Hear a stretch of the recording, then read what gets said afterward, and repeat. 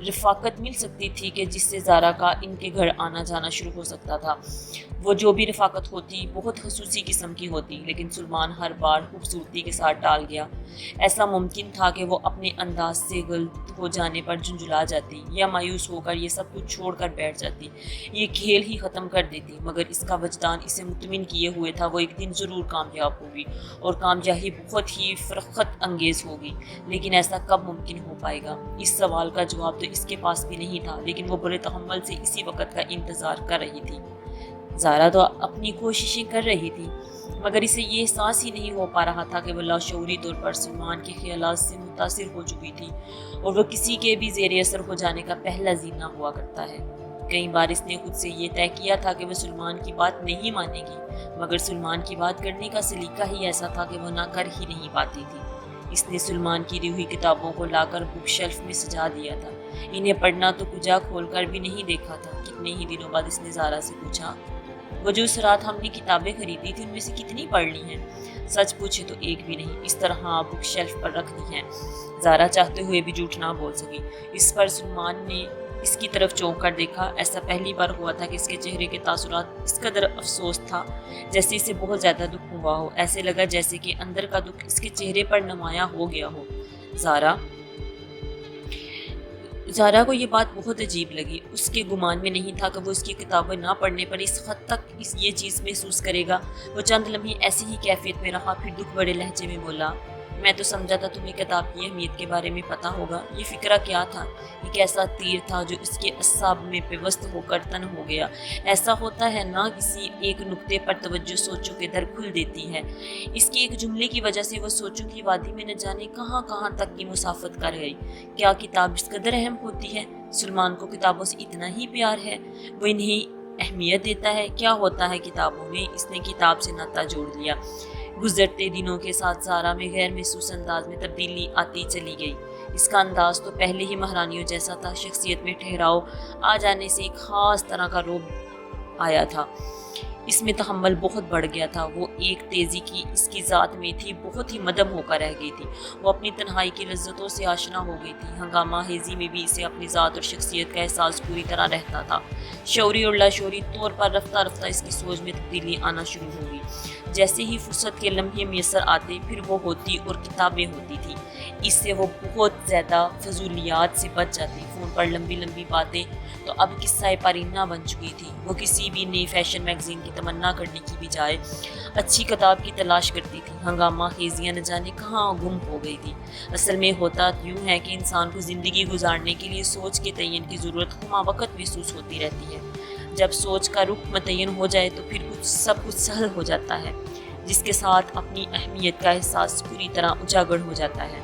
زارا کے گھر والوں نے اس تبدیلی کا لاشعوری طور پر خیر مقدم یوں کیا کہ گھریلو معاملات میں اس کی رائے ضروری سمجھی جانے لگی۔ حالانکہ اس کی دلچسپی بہت حد تک کم ہو کر رہ گئی تھی، گھر میں کیا ہوتا ہے اور کیا نہیں۔ وہ ان کتابوں کی دنیا میں آ کر یہ راز پا گئی تھی کہ کتابیں بھی انسان کی مانند ہیں، دونوں کو بغور پڑھنے سے قوت حاصل ہوتی ہے جو زندگی سے فرمانبردار ہونے کے لیے ضروری ہوا کرتی ہے۔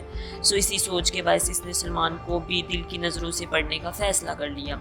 ساون کا مہینہ شروع ہوئے کئی دن ہو گئے تھے، مگر بارش کا کہیں دور دور تک امکان نہیں تھا۔ اس دن وہ کام میں الجھی ہوئی تھی، اسے پتہ ہی نہ چلا کہ کب آسمان پر بادل چھا گئے ہیں اور سورج اس کی اوٹ میں چھپ گیا ہے۔ سپہر کے وقت یوں لگ رہا تھا کہ جیسے شام ہو گئی ہو۔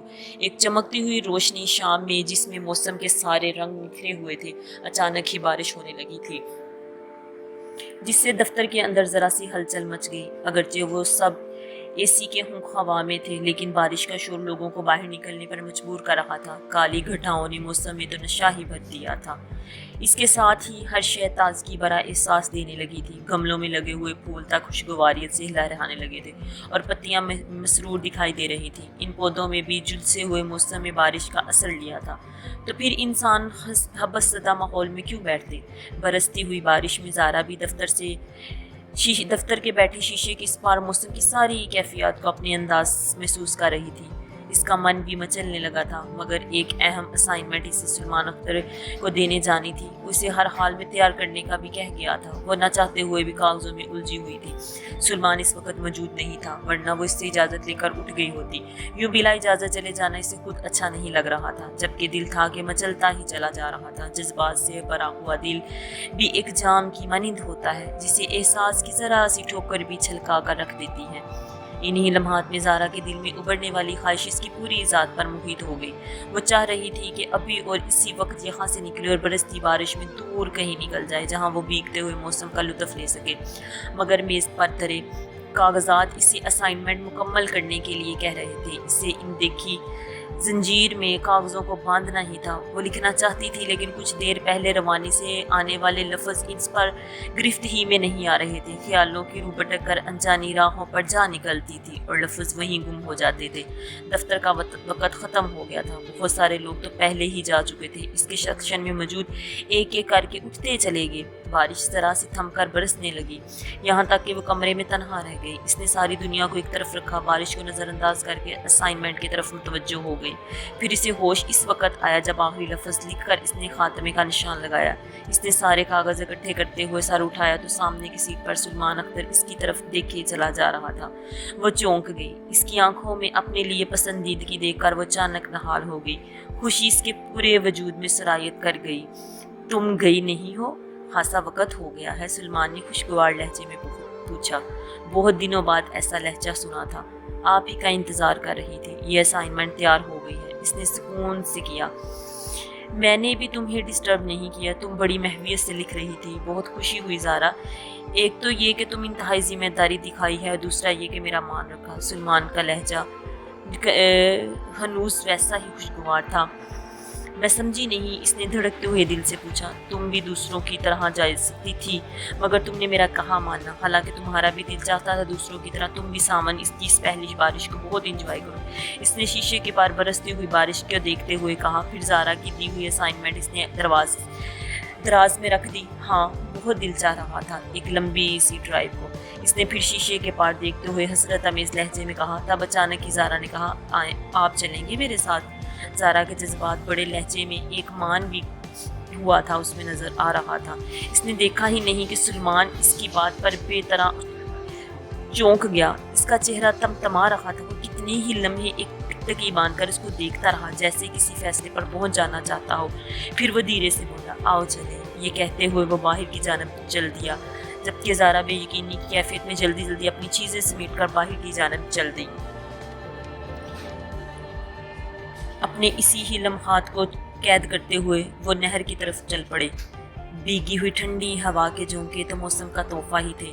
اس نے شیشے کھول دیے تھے، جس سے پھوار کھاڑی کی اندر تک آ رہی تھی، یہاں تک کہ وہ بہت بھیگ چکے تھے۔ ماحول میں حد درجہ رومانیت گھلی ہوئی تھی، جبکہ ان دونوں کے درمیان تعلق کسی بھی نام سے نہ آشنا نہ تھا۔ تعلق بے نام ہو یا رویے گونگے ہوں، اور ایسا ان کے ساتھ بھی ہوتا ہے۔ کوئی بات کریں، آخر زارا سے رہا نہ گیا۔ اس نے تھڑ تھڑاتے ہوئے لہجے میں کہہ ہی دیا، وہی سوچ رہا ہوں کوئی ایسا مضمون ہو، ایسا موضوع ہو جس پر ہم بات کر سکیں۔ اس نے یوں کہا جیسے کہیں بہت دور سے بات کر رہا ہو، اور اس کی آواز بہت ہی دھیمی سی جس کو دوسرے بھی نہ سن سکیں۔ شاید وہ بے شعوری اور شعوری طور پر کچھ بہت ہی دور پہنچ چکا تھا۔ موضوع؟ وہ حیرت سے بولی۔ سلمان نے کھوئے ہوئے انداز میں کہا، ہاں موضوع، کیونکہ باتیں کرنے کا جو بھی محور ہو وہ کوئی نہ کوئی جواز تو رکھتا ہے نا۔ کیا زندگی میں ایسے مراحل بھی آتے جاتے ہیں جب بات کرنے کے لیے جواز ڈھونڈے جائیں؟ زارا کے لہجے میں نہ چاہتے ہوئے ہی بھی بڑا تھیکا پن آ گیا تھا۔ ہاں زارا، ایسا بھی ہوتا ہے۔ کسی بھی ایک شے کے بارے میں ہر شخص کا خیال مختلف ہو سکتا ہے۔ ہر شخص اپنی سوچ، معیار اور پسند کے مطابق اس شے کو سوچے گا۔ بلا جواز کہی گئی باتیں بہت ساری غلط فہمیوں کا باعث بن سکتی ہے۔ اس نے خنوس سامنے سڑک پر دیکھتے ہوئے گمبھیر سے لہجے میں کہا۔ سلمان، بعض اوقات آپ کچھ زیادہ ہی قنوتی طور پہ بول جاتے ہیں۔ میرا خیال ہے آپ زندگی کی تاریک پہلوؤں پر زیادہ نگاہ رکھتے ہیں۔ آپ کو اس نے کہنا چاہا، مگر وہ بات کی طرح کر کے اپنا ہی اچانک بولنا بند کیا اور چپ کر گئی۔ اب اسی نقطے پر دھیان دو، تمہارے پاس کون سا معیار یا کسوٹی ہے جس کی بنا پر تم کسی پہلو کو تاریک یا روشن کہہ سکتی ہو؟ تمہارے نزدیک زندگی کا جو پہلو تاریک ہو سکتا ہے، ممکن ہے کہ وہ پہلو کسی دوسرے کے لیے روشن ہو۔ جس رویے کو تم قنوتی پن کا کہہ رہی ہو وہ کیا ہے؟ یہی تو میں پوچھنا چاہتی ہوں، کیا معیار ہے؟ وہ میری احتیاط ہے اور معیار میری ذات ہے۔ میں اپنے اصول خود بنائے ہیں اور انہی اصولوں کی معیار کو اپنے ساتھ جوڑے ہوا ہے۔ اس سے دوسرا انسان یا خود بھی کبھی کبھی تکلیف محسوس کرتے ہیں، لیکن یہ زندگی گزارنے کے لیے بہت سخل رہتے ہیں۔ جھوٹ بول کر وقتی دکھ سے بچا لینے کی بجائے سچ بتا کر ایک طویل کم مائگی سے بچا لیا جائے۔ اس نے کافی حد تک نرم انداز میں کہا۔ وہ اب کافی حد تک نارمل ہو چکا تھا۔ ہوا رک گئی تھی، لیکن ہوا میں نمی گھالوں پر اپنا احساس دلا رہی تھی۔ تبھی زارا نے موضوع بدل دیا۔ اچھا چلیں چھوڑیں، اس نے کہا۔ پھر چند لمحے توقف کے بھی بعد اس کے لیے کچھ بولیں۔ آپ نے ابھی اپنے بارے میں کچھ نہیں بتایا۔ میں اگر اپنے بارے میں بتا بھی دوں تو کیا حاصل ہوگا؟ اس نے مسکراتے ہوئے بولا۔ مجھے آپ کے بارے میں جان کر خوشی ہوگی، زارا نے حیرت سے کہا۔ کیا اتنا کافی نہیں ہے کہ میں سلمان اختر ہوں اور تمہارا کلیگ ہوں؟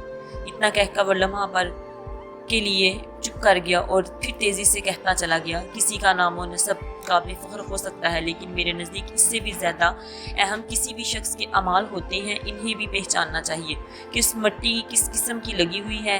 بہت سارے نام نہاد اونچے اور معزز گھروں کے لوگوں میں نے غلاظت کی گہرائیوں میں گرے ہوئے دیکھا ہے۔ اب یہ مت کہنا کہ سونا اگر غلاظت میں بھی پڑا ہو تو سونا ہی رہتا ہے۔ بے شک وہ رہتا ہوگا، مگر سونے کو اپنا مقام کا نہیں پتا، کوئی علم نہیں رکھتا اپنے بارے میں۔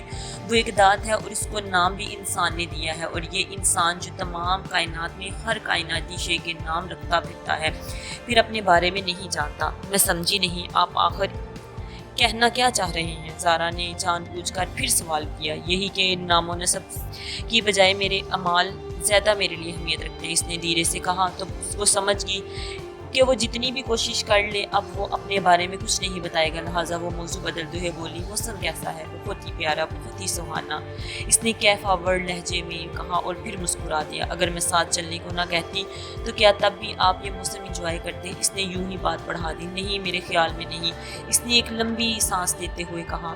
اس کی دو وجوہات ہیں۔ پہلی یہ کہ ڈھیر سارا کام ہے کرنے کے لیے، اس کے بارے میں تو جانتی ہو نا، آج ہی سب نے فائنل کر دینا ہے۔ ہاں، تو دوسرا زارا نے دھڑکتے ہوئے دل کے ساتھ پوچھا۔ موسم انسان کے اندر کا ہوتا ہے۔ برستی بارش بھی جذبات و احساسات کو سبق نہ کر سکے تو ایسے موسم اثر انداز نہیں ہوا کرتے۔ وہ یوں بولا جیسے اس کی آواز کنویں میں سے آ رہی ہو۔ تب زارا نے جلدی سے پوچھا، تو آپ پھر کیوں آ گئے؟ تم نے کہا تو میں انکار نہیں کر سکا، اس لیے تمہارا ساتھ دینے کی غرض سے آ گیا۔ مطلب کیا آپ اس وقت موسم انجوائے نہیں کر رہے ہیں، محض میری دلجوئی کے لیے آئے ہیں؟ زارا نے ایک دم سے چوک کر پوچھا، ایک دم سے کوئی چیز اس کے سینے میں ٹوٹ کر جیسے رہ گئی ہو۔ حقیقت تو یہی ہے، میں اس پر جھوٹ یا مصلحت امیزی کے ریشمی غلاف نہیں اوڑھ سکتا، سلمان نے سکون سے کہا۔ تو زارا کا دل ایک دم سے یوں ہو گیا جیسے کسی نے زور سے اس کو مسل دیا ہو۔ اسے لگا کہ اس کا دل بھی رو دے گا۔ آنکھ کا رونا تو سب کو دکھائی دیا جاتا ہے، مگر دل کا رونا کوئی نہیں دیکھ سکتا، یہ صرف محسوس کیا جا سکتا ہے۔ اس کی طبیعت بوجھل ہو کر ایک دم سے مقدر سی ہو گئی۔ پل بھر پہلے اچھا لگنے والا موسم اچانک ہی وحشت زدہ ہو گیا۔ اس توہین کا پہلو اس کے دل میں اس طرح در آیا تو وہ پوری جان سے بیزار ہو گئی، مگر پھر بھی وہ خاموش رہی۔ اس نے قطعاً کوئی اظہار نہیں کیا۔ اس نے اپنی خاموشی کا جواز سی ڈی پلیئر آن کر کے پیدا کر لیا۔ ہلکی موسیقی کی مدر تانے کار اور اس کے اندرونی حصے میں تیرنے لگی۔ دونوں اپنی اپنی جگہ خاموش تھے۔ نہر کے ساتھ ساتھ چلتے ہوئے جوں ہی اگلا پل آیا، زارا نے وہاں سے یو ٹرن لے لیا اور دوسری سڑک پر آ کر گاڑی تیز رفتار سے دوڑا دی۔ اخبار کے دفتر کے جانا ہے، مجھے لے کے جانا ہے۔ سلمان خاموشی سے اس بات کو بول کر چپ، لہٰذا دیکھتا ہی رہا۔ سلمان اختر خاموشی سے اترا، ہاتھ کا اشارہ کیا اور تیزی سے دفتر کے اندر چلا گیا تو وہ سیدھی اپنے گھر آ گئی۔ پھر بیڈ روم تک پہنچنے میں اسے زیادہ وقت نہیں لگا۔ اس نے بے دلی سے کپڑے بدلے اور بیڈ پر آ بیٹھا۔ زارا کا دل چاہ رہا تھا وہ پھوٹ پھوٹ کر رو دے۔ توہین کا احساس اسے مار ڈال رہا تھا۔ اسے یوں لگ رہا تھا جیسے وہ شکست کھا گئی ہے۔ شکست کھانے کا دکھ بڑا جان لیوا ہوا کرتا ہے۔ یہ دکھ اور زیادہ شدت اسی وقت اختیار کر جاتا ہے جب فتح کے ضامن اچانک ہاتھوں پر شکست دھر دی جائے۔ سلمان اختر اس کے لیے ایک ایسی وادی کے مانند ہو گیا تھا جسے فتح کرنے کے شوق میں اس وادی تک آنے والے سوار خود اس کی خوبصورتی میں کھو جائیں، تب اپنا آپ اس وادی کے سپرد کر کے وہیں اپنا ٹھکانہ بنا لے۔ شکست کا احساس اس لیے ہضمیت کا باعث ہو رہا تھا اسے دنوں تک، جب کہ وہ ان دنوں میں اپنے طور پر سمجھ چکی تھی۔ وہ اس کے قریب بھی آ گئی، اتنا قریب کہ بے تکلف کا دائرہ ہی ٹوٹ گیا، مگر آج اسے لگا جیسے وہ اب تک حصار سے باہر اس طرح کھڑی ہے جیسے پہلے دن کھڑی تھی۔ اس نے اپنی شکست کا احساس اسے ذات میں توڑ پھوڑ رہا تھا۔